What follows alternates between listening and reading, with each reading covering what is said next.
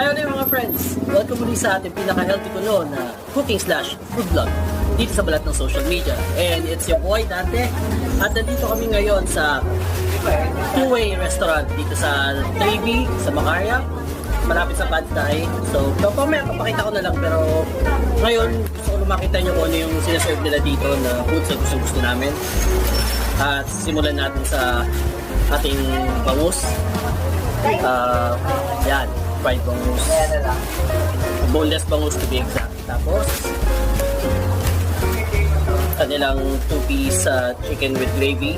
At kanilang beef. Ay, short rib tapa. Hindi na pa magkamali. So yun, fortunately, wala yung ano nila, wala yung liempo nila, which is isa dun sa mga paborito namin. So, mamaya, abangers tayo, okay? Ang two-way restaurant ay located sa Macarya Avenue, Block 16, Lot 2, Corner Athletic Drive. Ito yung street view ng kanilang restaurant. So, makikita niyo yung itsura, kayang-kaya niyo na i-google or i-waze yan. Okay?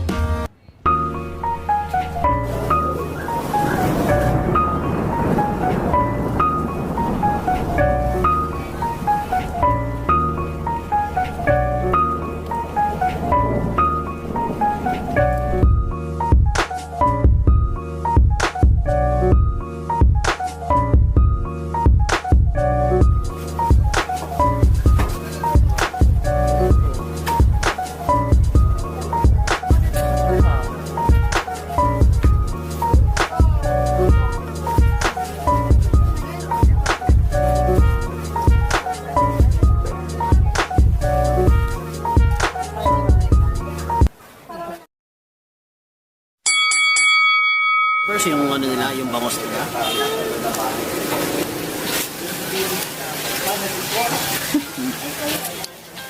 Ay, yung mga hanap nyo eh. Okay.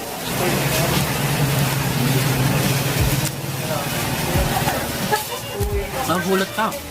Boneless. Seryoso. Yung isa sa mga pinakasiksik na boneless na kinakain namin. Dahil hatiin ko po sa SK. Hatiin ko na sa dalawa yung bangus. Sa kanya na itong ulo. Visit ka. Dayo. Okay lang. Okay. Last bite.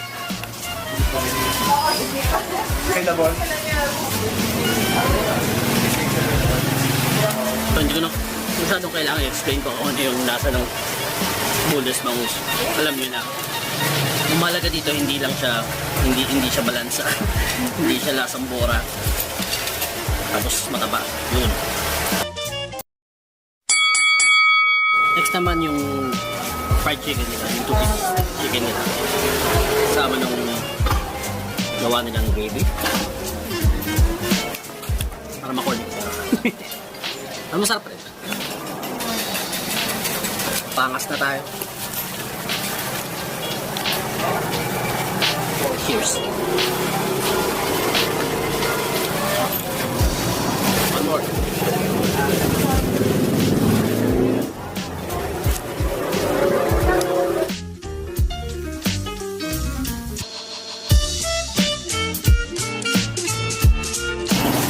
Totoo pa rin kahit ilang minuto na. Tura hindi dry.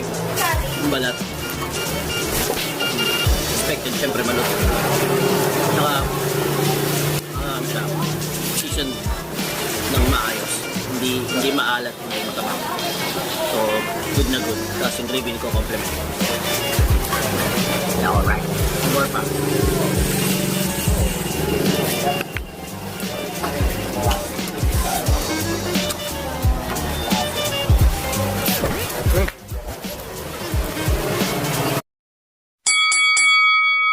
Yung last yung mga friends, yung main event.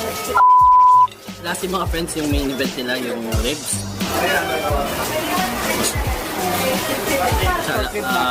Short rib tapa, to be exact. Huwag nyo naman. Pag ang tapa, masarap sa suka. Masarap rin pag may sili. Pero wala silang sili dito, chili powder lang. Pero goods pa rin. Oops, may natapon pa. Ah, yan, natapon na. Cheers mga friends.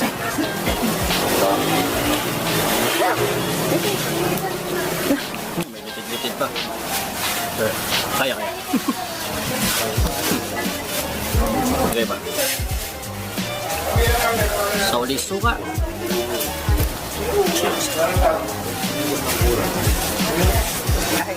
Saba.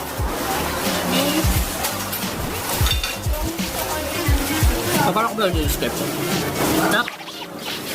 Hindi gusto na timpla, pero ito, mas manamis-amis. Tsaka, syempre, ito malaki-laki. Pero, ito yung tipo ng tapa na kahit na hindi mo lagyan ng supa, masarap pa rin. I mean, masarap pa rin kainin. Kasi usually, minsan kinocompensate natin yung tapa ng suka. Pero dito, kahit kainin mo siya ng walang suka, goods pa rin. Ate, isa pang rice.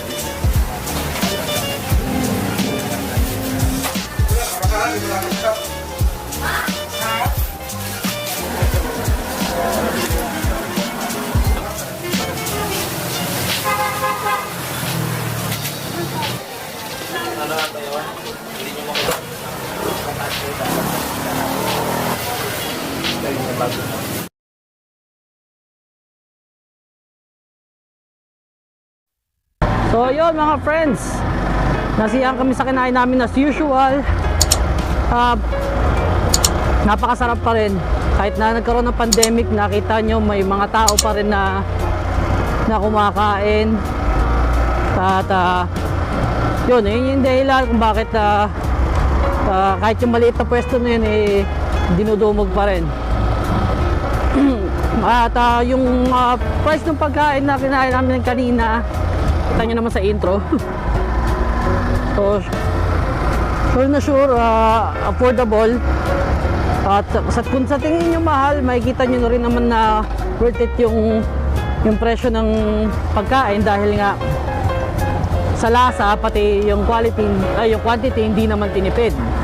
So, kumbaga sakto para sa nagugutom, at hindi yung alam mo yun, hindi walay. Basically. And sa bangus, napakasarap, juicy, hindi dry, siksik pa rin. Kahit na in-expect ko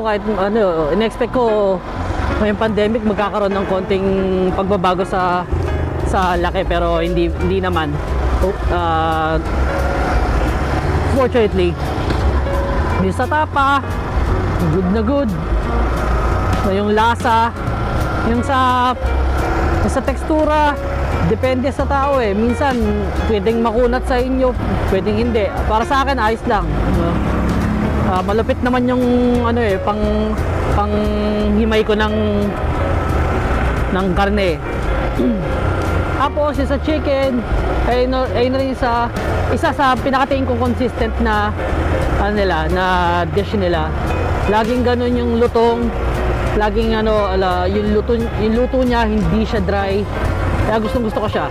Tapos hindi siya maalat, katulad ng ibang fried chicken. So yun, good na good. At ulit mga friends, supportan natin ang small businesses, so mga local businesses. Patuloy akong gagawa ng ganito. This has been your boy Dante, and see you in the next video. Bye bye.